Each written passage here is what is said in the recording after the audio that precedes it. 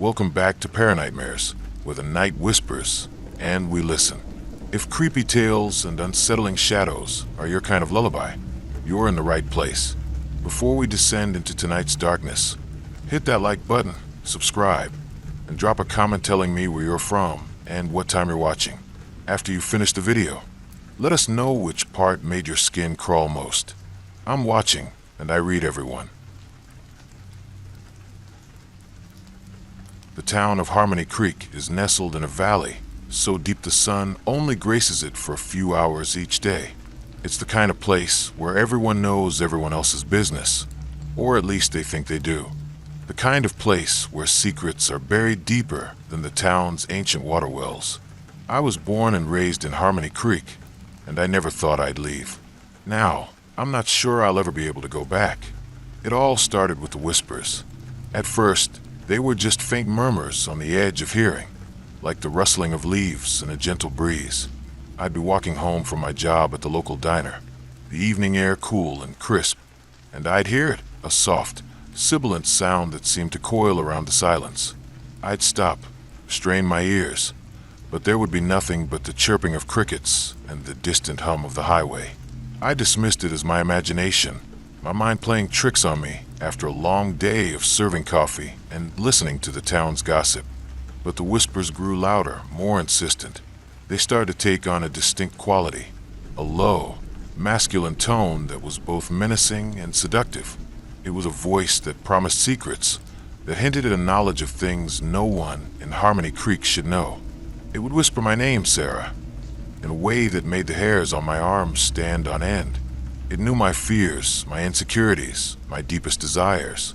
It would whisper about the crush I had on the high school quarterback, the arguments I had with my parents, the dreams I had of escaping Harmony Creek and seeing the world.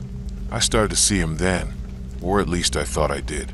A tall, slender figure in a long, dark coat, always standing at the edge of my vision. He'd be there when I looked out my bedroom window at night, a silhouette against a moonless sky. I'd see him in the reflection of shop windows as I walked down Main Street, a fleeting image that would disappear when I turned to look. He was always there, a silent, watchful presence, his face always obscured by shadows. I tried to tell my parents, my friends, but they all dismissed my fears as the overactive imagination of a teenage girl. "You're just stressed," my mom would say, her voice laced with a gentle concern that did little to soothe my frayed nerves. "Maybe you should take a break from those horror movies you love so much." But this wasn't a movie. This was real. And it was getting worse. The Whispering Man, as I had come to call him, started to leave me gifts. A single, perfect black rose on my windowsill. A small, intricately carved wooden bird on my doorstep. A silver locket with a picture of me inside. A picture I had never seen before. The gifts were beautiful, but they filled me with a sense of dread. He was getting closer, his presence more tangible, more real. One night, I woke up to the sound of his voice in my room. It was no longer a whisper, but a clear, distinct voice that sent a shiver of ice down my spine. "Sarah," he said, his voice a low, rumbling bass. "I know you're awake." I lay there, frozen in fear, my heart pounding in my chest like a trapped bird. I could feel his presence in the room, a cold, heavy weight that seemed to suck the air out of my lungs. I squeezed my eyes shut, praying for it all to be a dream, a nightmare from which I would soon wake. "I have a gift for you, Sarah," he said, his voice closer now, right beside my bed. I could feel his cold breath on my cheek. "Something to show you how much I care." I didn't want to look, but I couldn't help it.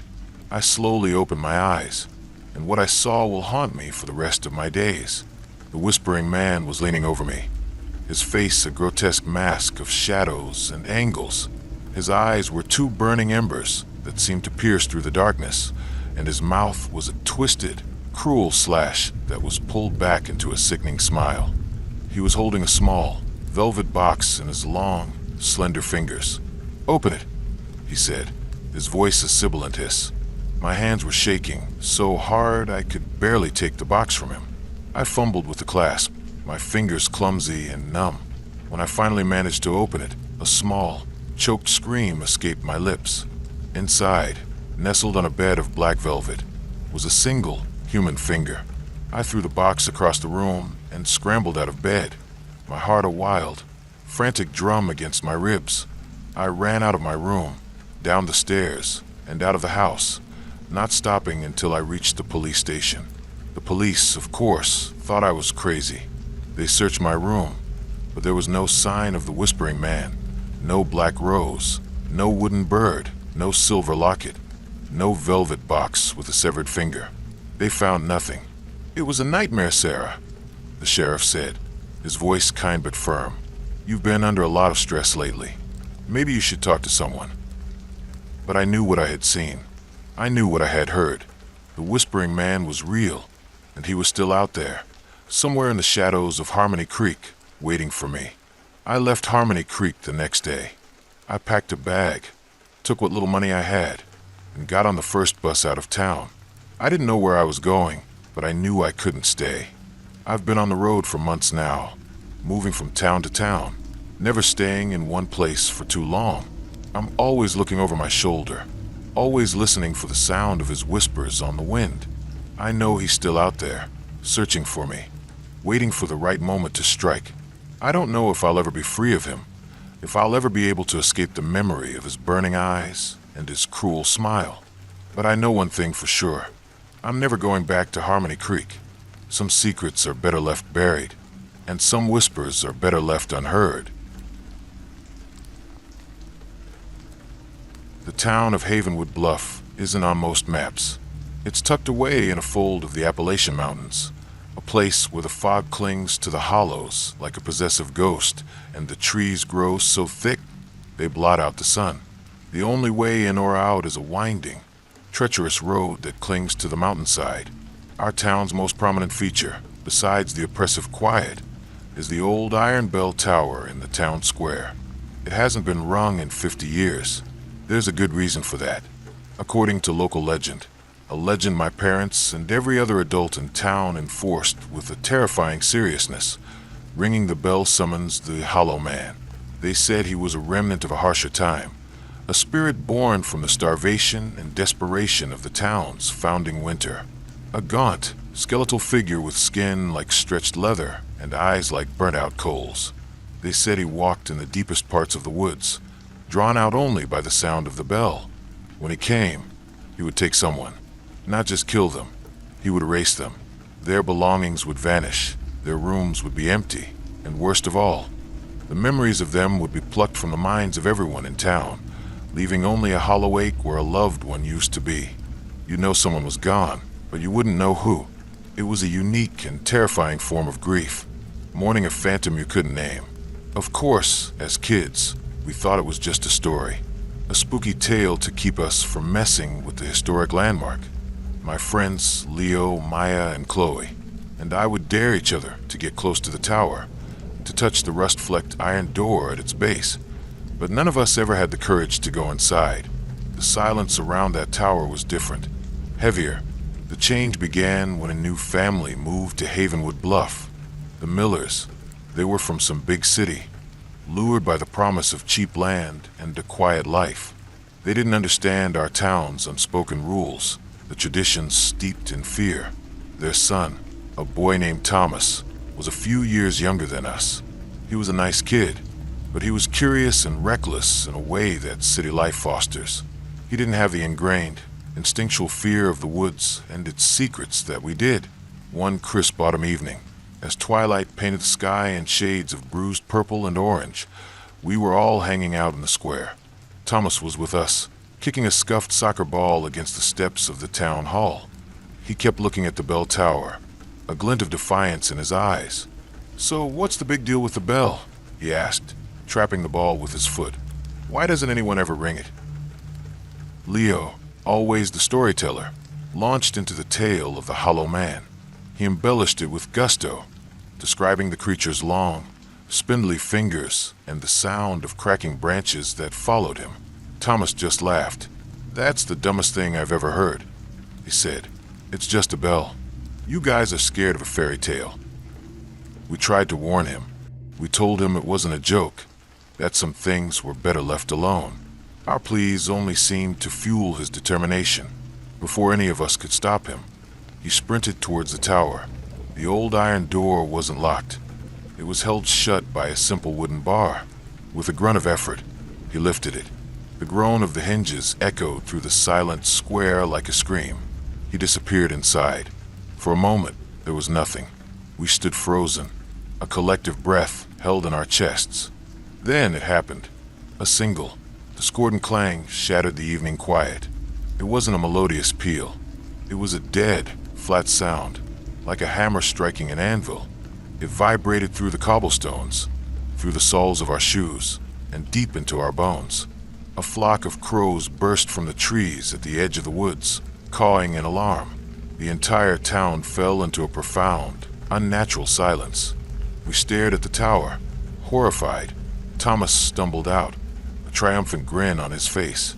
See, nothing, just a rusty old bell. But his grin faltered when he saw our faces. He looked around the square, at the windows of the houses where lights were suddenly being extinguished, at the palpable wave of fear that had washed over our small group. The air grew cold, and the smell of damp earth and decay, usually confined to the deep woods, drifted into the square. That night, something felt wrong. I lay in bed, staring at the ceiling, and felt a strange emptiness. It was a nagging feeling, like I'd forgotten something important. I looked at the picture on my nightstand, a framed photo of my 3 best friends and me at last year's summer picnic. Leo, Maya, Chloe, and me. We were all there, smiling, but the space between Maya and me felt too wide. There was a gap, an awkward composition, as if someone should have been standing there. I shook my head, blaming the chill in the air, fear from the bell. The next morning, the feeling was worse. At school, our homeroom teacher, Mrs. Gable, took attendance. She read the names, her voice steady until she paused. A flicker of confusion crossed her face. "That's everyone," she said, but her brow was furrowed. "I feel like I'm missing someone." In the cafeteria at lunch, there were 4 of us at our usual table, but we sat with an empty chair between us, a space we all unconsciously avoided. Leo looked pale.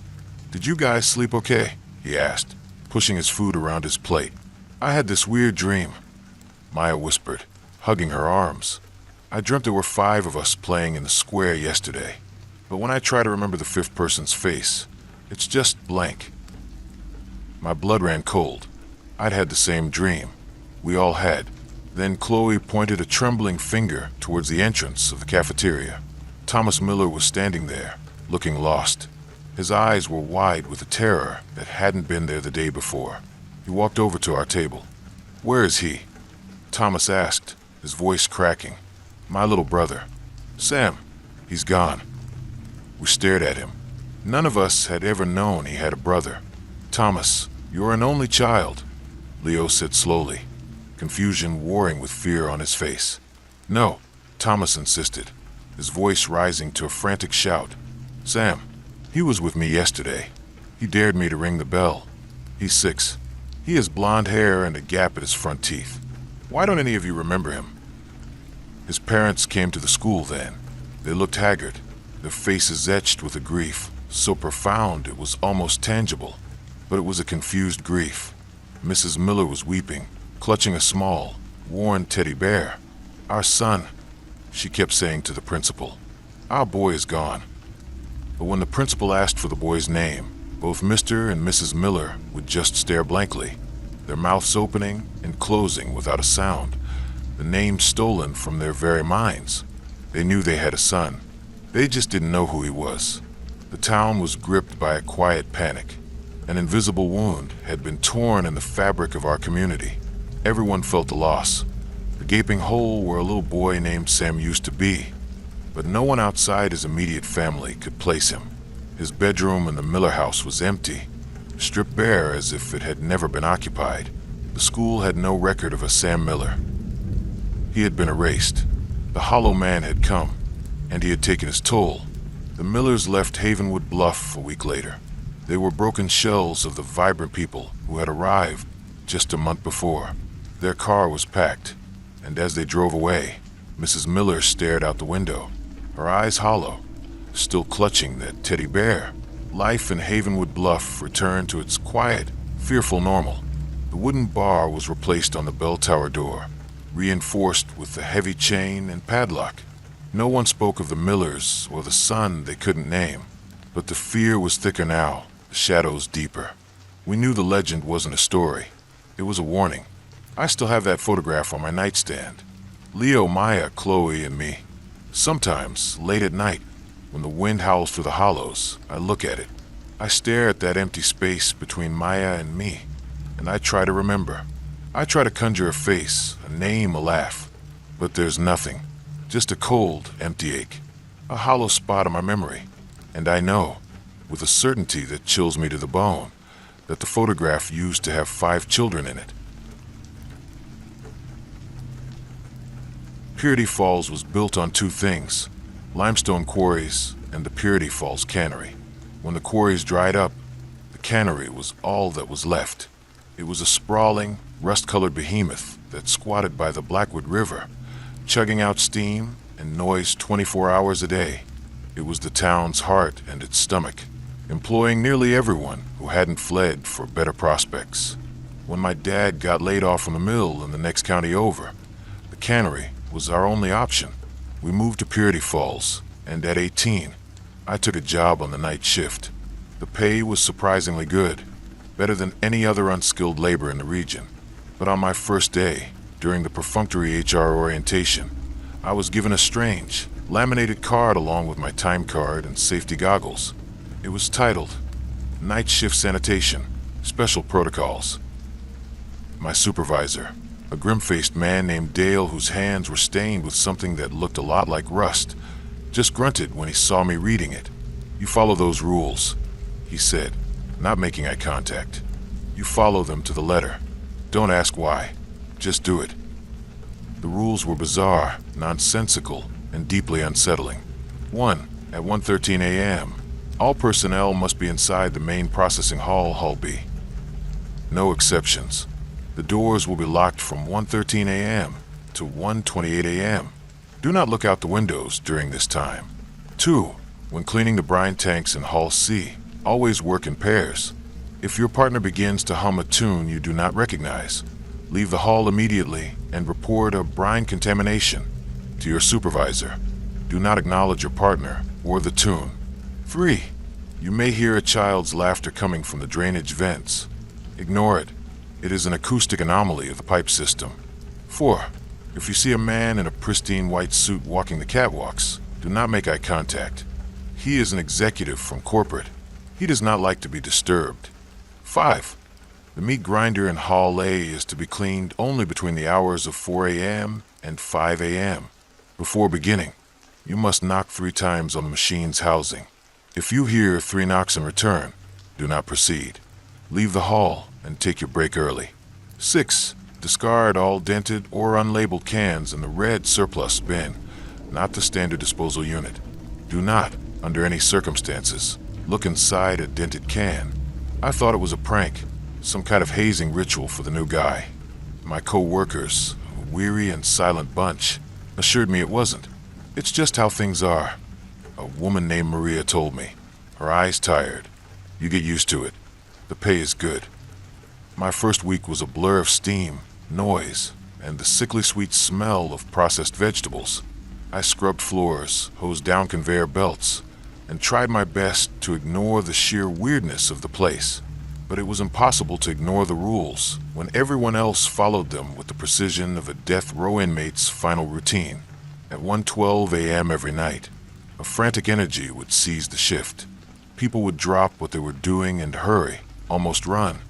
To Hall B, Dale would stand by the door, a heavy ring of keys in his hand, his eyes scanning the cavernous facility. At 1:13 a.m. sharp, the heavy steel doors would slam shut, and the deadbolt would clank into place. For the next 15 minutes, we'd sit in the humming silence of the powered-down machinery. No one spoke. Most people stared at the floor. I made the mistake of glancing at a window once. It was coated in grime, but I could see the yard lights outside. For a split second, I saw something pass in front of one of the lights. A shape that was too tall, too thin, its limbs moving with a disjointed, unnatural gait. I snapped my head back, my heart pounding. No one else seemed to have noticed. The brine tanks were the worst. I was paired with a quiet man named Frank. We were submerged to our waists in the lukewarm, salty water, scrubbing the algae from the tile walls. The air was thick and heavy. One night, Frank started humming. It was a strange, discordant melody, full of minor keys and jarring shifts in rhythm. It wasn't like any song I'd ever heard. It made the fillings in my teeth ache. I remembered the rule, my stomach twisting into a knot. I dropped my brush and scrambled out of the tank, water sloshing over the side. Brine contamination. I choked out to Dale, who was walking by. Dale's face went pale. He didn't even look at Frank, who was still in the tank, humming his terrible tune and scrubbing the same spot on the wall over and over again. Dale just grabbed my arm and pulled me away. "Go take your break," he said, his voice strained. Frank wasn't there the next day, or the day after. When I asked where he was, Dale just said he transferred. No one else would talk about it. The laughter from the vents was constant, a faint, giggling echo that followed you through the quieter parts of the plant. I tried to dismiss it as air pressure, just like the rule said, but sometimes it sounded so close, so real. Sometimes it sounded like it was whispering my name. I saw the man in the white suit twice. He was always on the high catwalks near the ceiling, looking down on us. His suit was impossibly clean in the grimy environment of the cannery. He never seemed to walk. He just appeared in one spot, then another. The first time I saw him, I almost raised my hand to wave. A stupid, reflexive gesture. But Maria grabbed my arm, her grip like iron. "Don't," she hissed, her eyes wide with terror. "You never look at the executives." The climax of my short career at the Purity Falls cannery came during my third week. It was my turn to clean the big industrial meat grinder in Hall A. It was a monster of a machine, a tangled mess of hoppers, augers, and steel teeth that could pulverize a side of beef in seconds. Following rule number 5, I approached it at 4:15 a.m. The hall was empty and silent, the air cold. I raised my hand and knocked 3 times on the grinder's main housing. Knock, knock, knock. The sound echoed in the silence. I waited, and then, from deep within the machine's metal guts, came a reply. Knock, knock, knock. It was faint but unmistakable.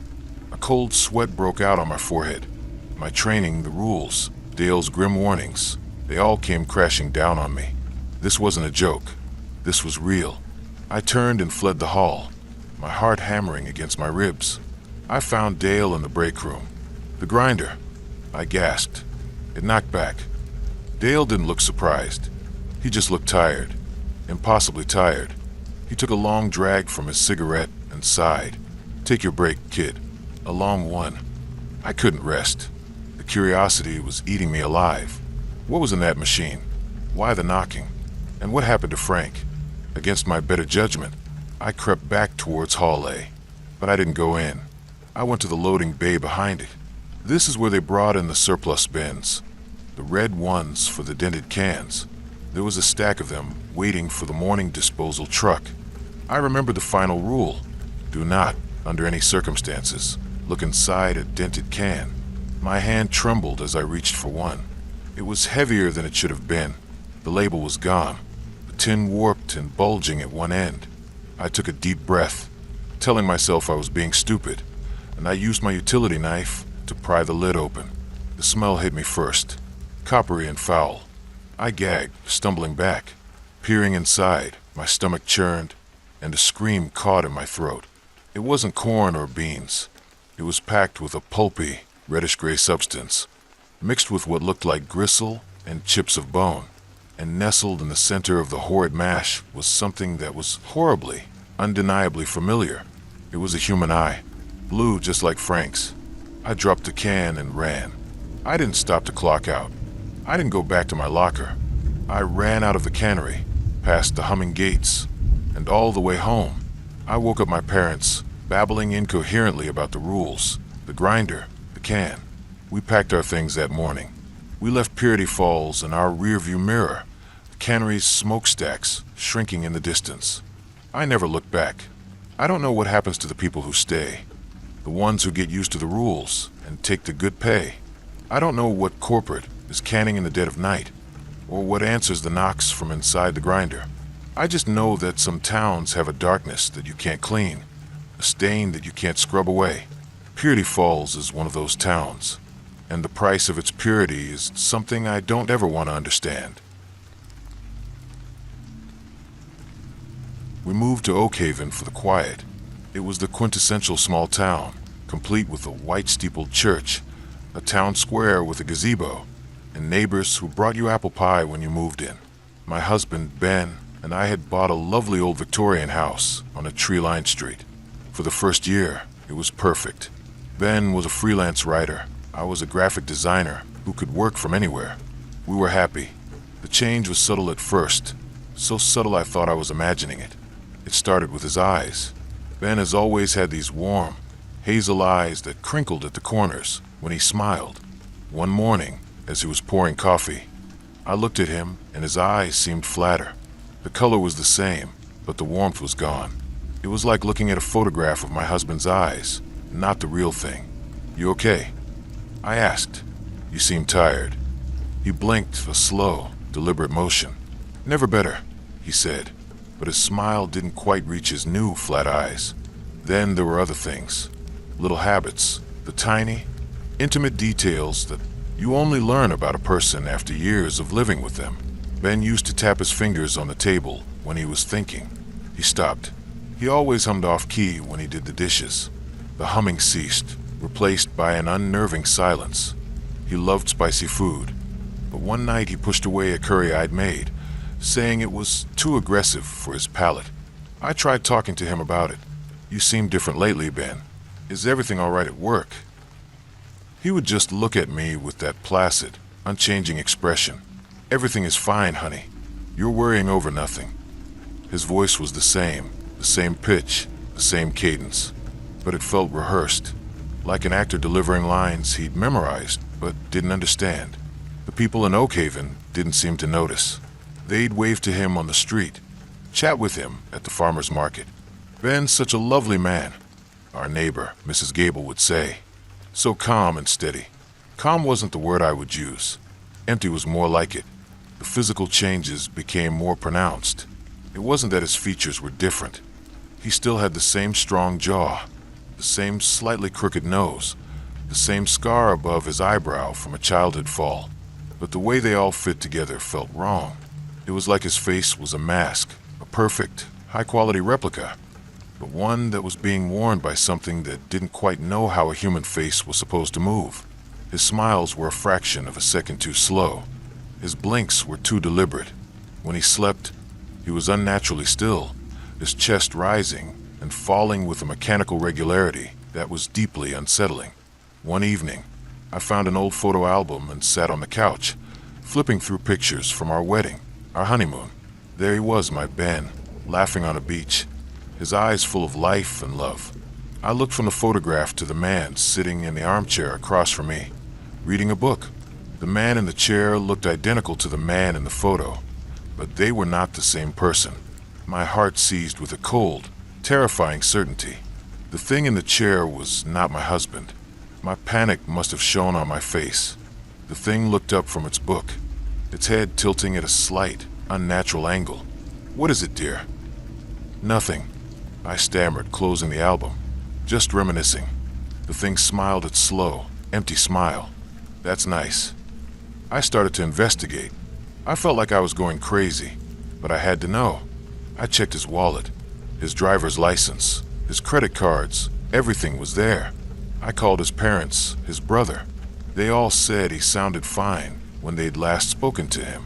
"Maybe you two just need a vacation," his mother suggested. "Small town life can be a bit dull." Dull wasn't the problem. The turning point came when I was cleaning his home office. He was out for a walk, one of the long, aimless walks it had started taking every afternoon.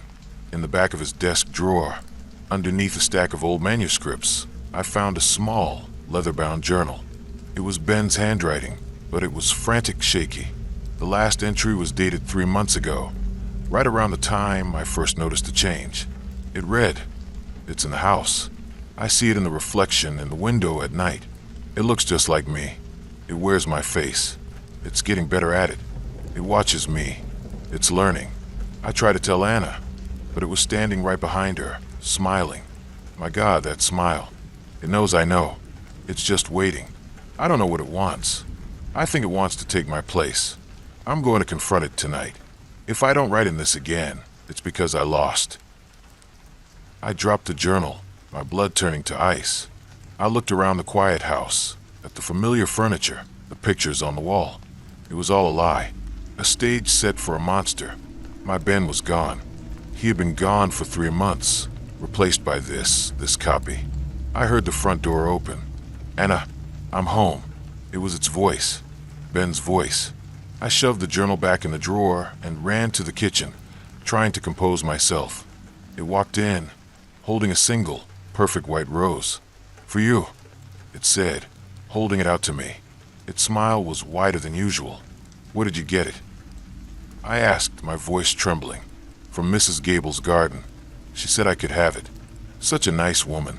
She said she's noticed a wonderful change in me these last few months. Said I seem so much more composed." It took a step closer. "You know, Anna," it said, its voice dropping to a conspiratorial whisper, "this town is a wonderful place. So many people, so many faces, so easy to fit in, to find a new home."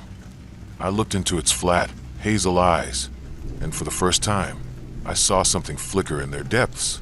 It wasn't emotion. It was intelligence. A cold alien, calculating intelligence. It knew that I knew. The waiting was over. "Ben," I whispered, one last, desperate attempt to find my husband in there. It just smiled. Ben was so loud, Anna.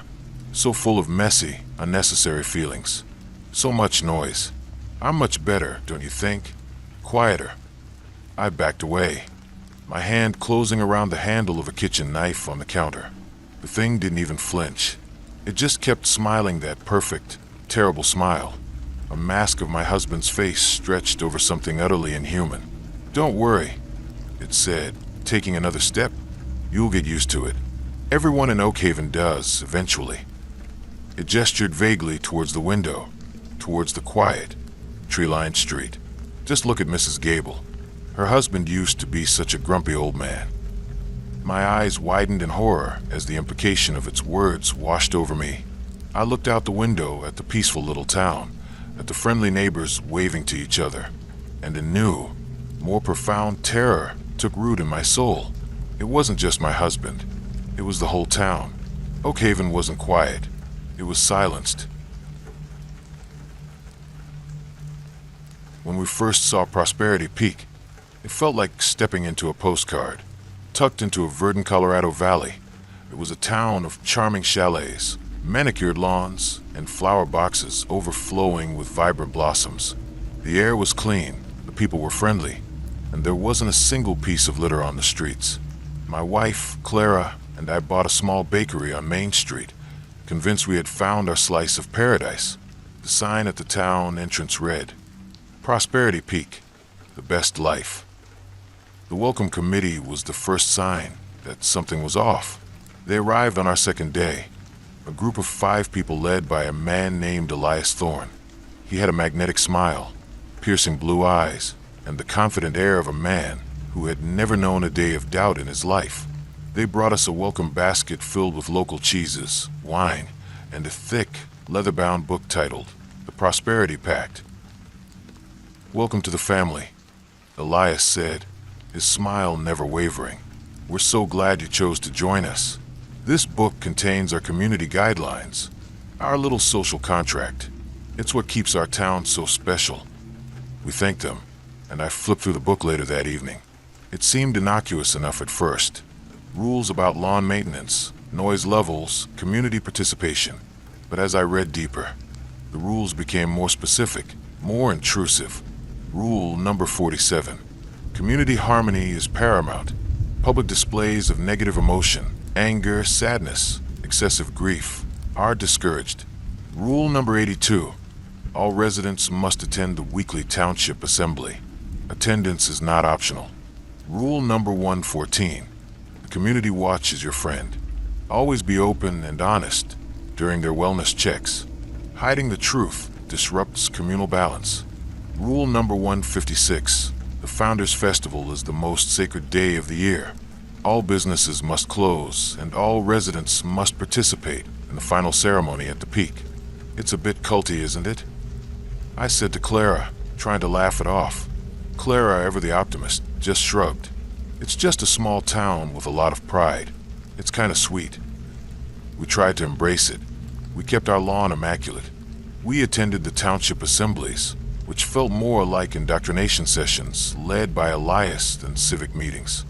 He would stand on the stage of the town hall and speak of communal harmony, shared purpose, and shedding the burdens of the outside world. The crowd would listen with rapt, almost ecstatic attention. The first crack in the facade appeared a month in. An elderly man named Mr. Henderson, who owned the hardware store, passed away in his sleep. At the assembly, Elias announced his passing with a serene smile. Our brother Arthur has completed his journey and joined the founder, he said. There was no sadness, no mourning. The townspeople simply nodded, their faces placid. The next day, a new family was moving into Mr. Henderson's house, and his hardware store was being run by a smiling young couple. It was as if he had never existed. Public displays of grief were discouraged, and it seemed private ones were erased entirely. The community watch wellness checks were the most unnerving part. Twice a week, 2 smiling members of the watch would knock on our door. They'd come inside, ask us how we were feeling, if we were happy, if we were having any disharmonious thoughts. They would check our pantry, our medicine cabinets, our trash, just ensuring the well-being of the whole community. They'd say, it felt like a violation, but complaining was a display of negative emotion. Clara started to change. She had always been a vibrant, passionate person, prone to loud laughter and occasional bouts of melancholy. But in Prosperity Peak, she became muted. Her laughter was softer, her smile more reserved.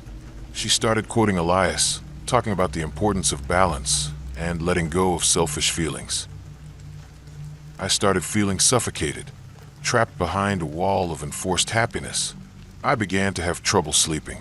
One night, I was up late, unable to quell my anxiety, when I saw a flicker of light from a house across the street. It was the home of the Millers, a family who had moved in a few months before us. I saw Mrs. Miller in her kitchen, and she was crying. Her shoulders were shaking with deep, racking sobs. It was the first genuine, negative emotion I had seen in months. The next morning, a community watch van was parked outside the Millers' house. Later that day, I saw the Millers leaving. Their car was packed, and their faces were blank, devoid of any emotion. They didn't look at their house as they drove away. They looked straight ahead, their eyes empty. Elias Thorne was standing on their porch, watching them go. That serene, terrible smile on his face. I knew then that we had to get out. I tried to talk to Clara, to make her see the wrongness of it all. This isn't normal, Clara. They're controlling us. The Millers are gone because she was sad. She was imbalanced, Clara said, her voice calm, distant. She was disrupting the harmony. Elias says sometimes people aren't strong enough for the best life. It's better for them to leave. Elias says, what about what you say? What about what you feel? I feel peaceful, Mark, she said, her eyes looking straight through me. I've never been happier. My terror solidified. They hadn't just gotten to her. They had replaced her. Her personality, her spirit, had been bleached away, leaving only this placid shell. The Founders Festival was approaching. The whole town was buzzing with a quiet, fervent energy. The final ceremony was to be held at the top of the mountain that loomed over the town, a place they called the Peak. I knew if we didn't leave before the festival, we never would. I packed a bag in secret, stashing it in the trunk of our car. I planned to leave in the middle of the night, to drag Clara out of bed if I had to. But they were watching. They were always watching. The night before I planned to leave, Elias Thorne and 4 other members of the Welcome Committee knocked on my door. Mark, Elias said, his smile as warm and deadly as a forest fire. "We're a little concerned about you. You seem unhappy." They crowded into my living room. Clara was there, standing with them, her face as serene and empty as theirs. "You've been having disharmonious thoughts, haven't you?" Elias continued.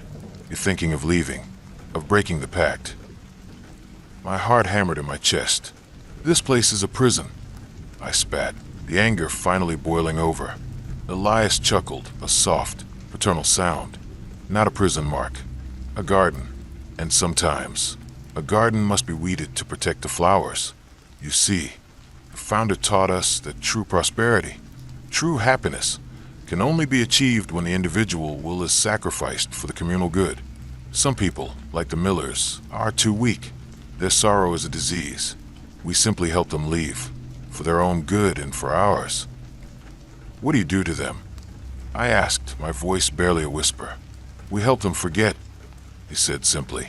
"A little re-education at a special facility just outside of town.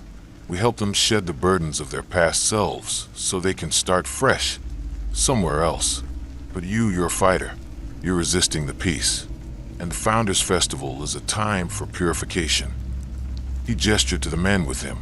"The final ceremony at the peak is very special. It's a reaffirmation of our pact, a sacrifice to ensure another year of harmony." I finally understood. The town wasn't just weeding out the unhappy, it was feeding on them. The prosperity of Prosperity Peak was paid for with a price I couldn't comprehend. "Clara," I begged, looking at my wife, "please, don't let them do this." She looked at me with her placid, stranger's eyes. "It's for the best, Mark," she said. "You'll finally be at peace. We'll all be at peace." They took me then. I didn't fight. There was nowhere to run. As they led me out of my house, I saw my neighbors standing on their porches, their faces all wearing the same serene, vacant smile. They were watching, the silent, happy guardians of a beautiful, perfect cage. I was the last weed in the garden, and it was time for me to be plucked. The best life, I realized, was not for everyone. It was only for what was left after everything that made you human was stripped away. The town of Oakhaven was nestled in a forgotten corner of the Appalachian foothills, a place where time seemed to slow, and the ancient woods pressed in, thick and silent. Its most prominent feature was not its quaint general store or its single, crumbling church, but the 7 deep wells scattered throughout the valley, each marked by a rusted iron pump and an eerie, almost imperceptible hum. For generations, the townsfolk of Oakhaven had drawn their water from these wells, a ritual as old as the mountains themselves. They spoke of the water with reverence, attributing their town's unusual longevity and freedom from major illness to its purity. But they also spoke, in hushed tones, of the whispers. Old Man Hemlock, his face a road map of wrinkles carved by sun and sorrow, was the unofficial historian of Oakhaven. He'd seen the passing of seasons and the subtle decay of the town's spirit, a decay that mirrored the slow spread of rust on the well pumps. The whispers, he'd rasped to young Elias Vance, who had returned to Oakhaven after years away in the city, seeking solace from a broken life. "They're not in the water, boy. They're from the water." Elias, a man hardened by urban cynicism, had scoffed. He'd come back to his ancestral home to restore the old Vance farmhouse, a derelict shadow overlooking the valley. He remembered the wells, of course, from his childhood. The town elders had always warned them against drinking from the black well. The 7th well, deepest and most remote, located in a clearing known as the Whispering Hollow. They said it brought bad dreams, a restless sleep. Elias, dismissive of folklore, had always considered it just a trick to keep children away from a potentially contaminated water source. But as days bled into weeks, and Elias began the arduous task of stripping away layers of neglect from the farmhouse, he found himself drawn into Oakhaven's quiet rhythm. The air was thick with the scent of pine and damp earth, a stark contrast to the city's exhaust fumes. Yet, a subtle disquiet began to gnaw at him. The silence of the nights was too profound, often broken by sounds that weren't quite animal, not quite wind. A low moan, a distant sigh that seemed to echo from the very ground. The well nearest his farmhouse, the Sweetwater Well, had once been his grandmother's favorite. Now its iron handle was stuck, seized by rust. He decided to fix it, and in doing so, encountered the first of Oakhaven's true peculiarities. As he wrestled with the pump, a faint, rhythmic pulsing began, emanating from deep within the well shaft. It wasn't mechanical, it felt organic. He dismissed it as an old pipe settling, a quirk of the ancient plumbing. But then came the whispers, a faint, almost subliminal murmur, like many voices speaking just beyond the threshold of hearing. He started drinking from the municipal tap, installed decades ago, but rarely used by the locals, who clung to their well water. The townsfolk, however, continued their tradition. Elias noticed a change in them. Not drastic, not overt, but subtle. Their eyes seemed to hold a deeper, unreadable glaze. Their movements were a fraction slower, their smiles a touch too wide, or sometimes entirely absent. Conversations drifted, unfinished. They spoke less of the outside world, more of the valley, the seasons, the strange abundance of certain wildflowers, and the ever-present, inexplicable fogs that rolled in from the hollow. One evening, Elias was at the general store, buying supplies. Mrs. Gable, the proprietor, a woman who usually bustled with nervous energy, moved with a disturbing fluidity, her gaze fixed on something unseen. "The harvest will be good this year," she murmured, not to him, but to the shelves of canned goods. "The earth is thirsty." Elias shuddered. Her words carried an unsettling resonance, like an ancient incantation. He began to investigate the wells more closely. He spoke to old man Hemlock again, pressing him for details. Hemlock, his eyes now distant, spoke of the old ways, of sacrifices made long ago to ensure the land's bounty. "Before the wells," he whispered, his voice barely audible, "there was a spring, and the spring it demanded." He drifted off, staring out the window at the distant, mist-shrouded hollow. Driven by a growing dread, Elias decided to visit the Black Well in the Whispering Hollow. The path was overgrown, the trees gnarled and ancient, their branches intertwining to form a perpetual twilight. The air grew heavy, thick with the scent of damp earth and something else, something metallic and sweet. As he neared the clearing, the whispers intensified, no longer subliminal but distinct, a cacophony of overlapping voices, mournful and yearning. They seemed to rise from the very ground, from the roots of the trees, from the air itself. The Black Well stood in the center of the clearing, a larger, more ornate structure of moss-covered stone. Its pump handle was broken, but water still seeped from a crack in its base, forming a stagnant, black pool that shimmered with an oily sheen. Leaning closer, Elias saw it, not just reflections, but shapes moving within the dark water. Figures indistinct and wavering, like shadows dancing behind a veil. And the whispers, they were clearer now, individual words coalescing from the drone. "Come join us, thirsty belong." A terrifying realization dawned on him. The wells weren't just for water. They were conduits, and the townspeople, slowly but surely, were becoming part of whatever lay beneath Oakhaven. The old ways weren't just folklore. They were a continued, subconscious exchange. The purity of the water was a lie, a seductive poison that bound them to something ancient and malevolent. He ran, stumbling through the undergrowth, the whispers chasing him, growing louder, more insistent, transforming from mournful pleas to guttural demands. He burst into his farmhouse, slamming the door, his heart hammering against his ribs. He couldn't stay. Oakhaven wasn't just a town.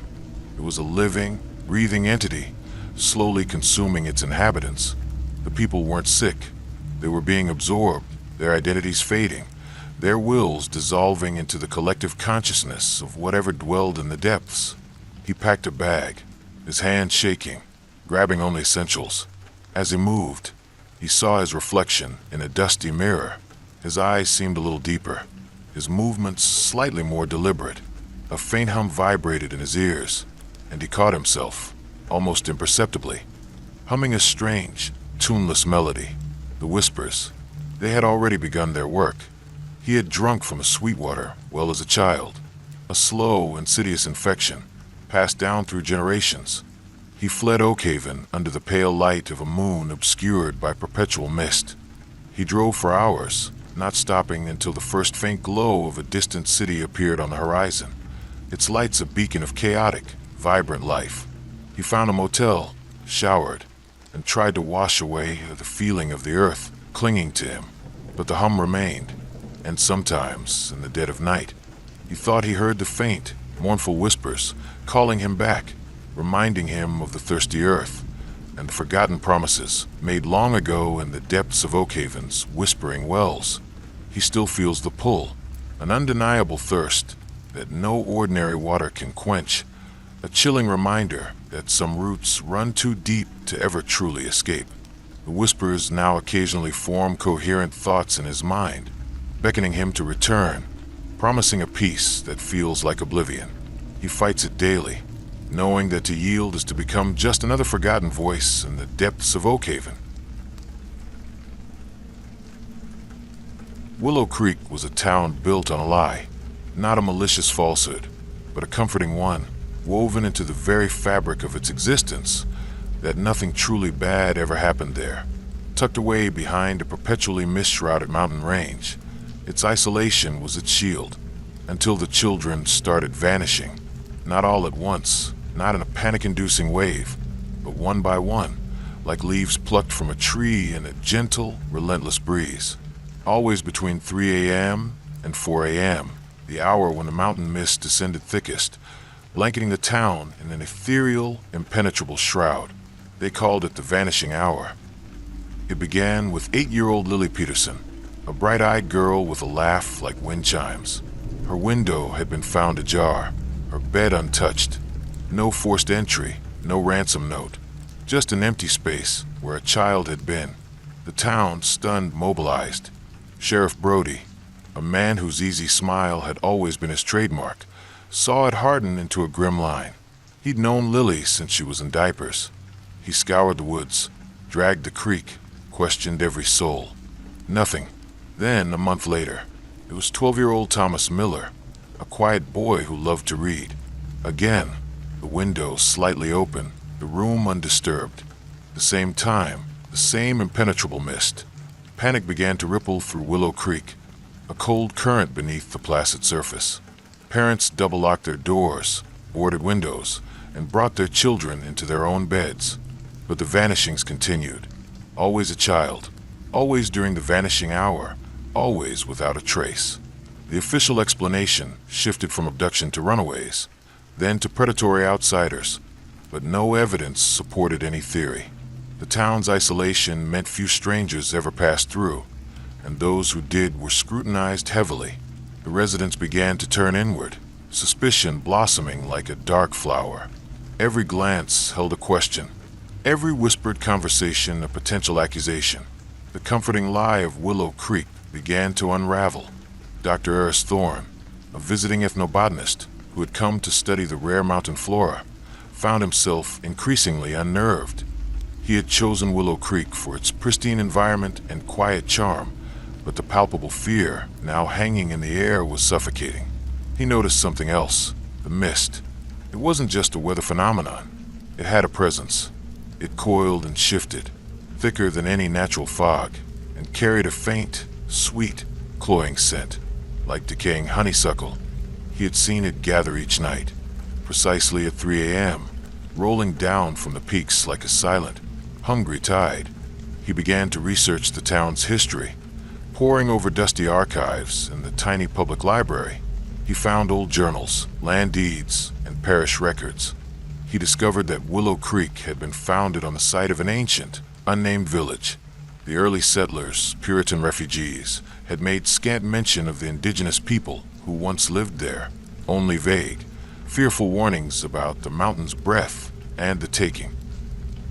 They had built their homes, quickly, fearfully, around a prominent standing stone circle on a plateau above the town, a place they later called the sanctuary, dedicating it to God, perhaps to ward off whatever pre-existed them. Eris also found recurring patterns in the early records, unexplained disappearances, often coinciding with specific lunar cycles or celestial alignments, always described as occurring when the mountain swallowed the sky. The descriptions of these events mirrored the contemporary vanishings. No struggle, no trace, just an empty space. A chilling theory began to form in Eris's mind. The mist wasn't just mist. It was a shroud, a veil for something else. He confided his fears to Sarah Vance, a local teacher whose younger brother had been one of the vanished. She was skeptical but desperate. Together, they started mapping the disappearances, trying to find a pattern beyond the timing.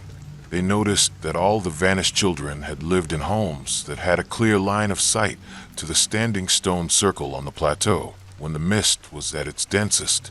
More disturbingly, all the homes had old, slightly ill-fitting windows, often in the children's rooms. Sarah remembered a nursery rhyme from her childhood, sung by her great-grandmother. When the mist claims the peak and the stone circle speaks, keep your windows barred tight, lest the mountain take flight. She had always thought it was just a warning about the cold mountain air. Now it echoed with a sinister new meaning. One night, Eris and Sarah decided to stake out a house where a child, 6-year-old Emily, was currently sleeping. Her parents, frantic with fear, had agreed. They watched from a hidden spot in the woods, the biting cold clinging to them. As 3 a.m. approached, the mist began its descent, swirling around them, thickening until their visibility dropped to mere feet. The sweet, cloying scent intensified, making their heads swim. Then, through the swirling gray, Eris saw it, a faint, luminous ripple in the mist, flowing towards Emily's window. It wasn't a solid form, but a distortion, like heat haze or water moving over stone, yet it had a defined shape, tall and slender, with an almost graceful undulation. And from it a faint, melancholic melody drifted on the air, a lullaby that was both beautiful and utterly terrifying. It was the sound of beckoning, of an irresistible pull. Sarah gasped, clutching his arm. "The lullaby," she whispered, her voice trembling. "My grandmother used to hum it, said it came from the mountain birds." The luminous ripple flowed through the partially open window of Emily's room, not breaking the glass, but passing through it as if it were not there. A moment later, it retracted, leaving the window ajar once more. The mist began to thin, and the eerie lullaby faded. They rushed to the house. Emily was gone. Her bed was undisturbed, the window still slightly open. The silence of her room was absolute, heavier than the thickest mist. Eris finally understood. The entity, whatever it was not breaking in. It was luring them out. The mist was not just a cover. It was part of its essence, a medium through which it moved and influenced. The windows were merely points of entry, not barriers to be overcome. The standing stones, they realized, were not a sanctuary to ward off evil, but perhaps a focal point, a gateway, or even a tribute to whatever ancient power resided within the mountain itself. The lullaby was the final, irresistible call. They shared their findings with Sheriff Brody, who, though shaken, was still a man of logic and law. He ordered the town to fully board up all windows every night, not just close them. He also initiated a desperate, covert operation. They would surround the stone circle during the next vanishing hour, hoping to intercept whatever emerged.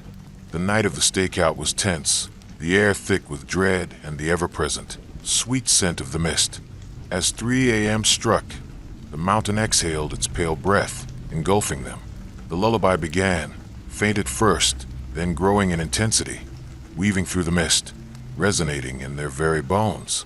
Then they saw them, not one, but many of the luminous ripples flowing down the mountain towards the town, each with that silent, beckoning presence.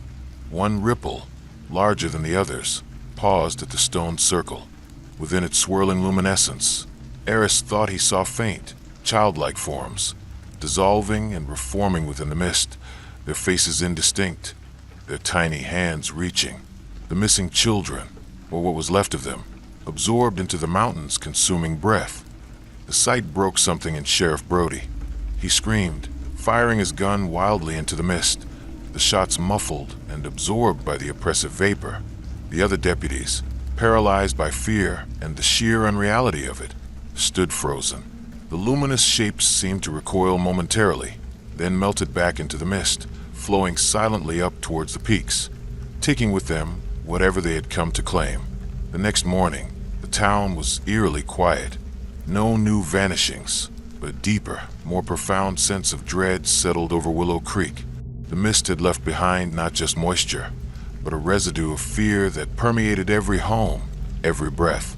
Eris and Sarah knew then that Willow Creek's fight was not against a human threat, but against an ancient, unknowable hunger. They had witnessed the mountain's true nature, a silent, patient predator, taking its due from the unsuspecting souls who dared to build their lives on its ancient, whispering heart. The disappearances continued, albeit less frequently, proving that the mountain merely adapted. The lullaby still drifts on the wind on misty nights, a chilling reminder of those who now belong to the mountain's cold embrace.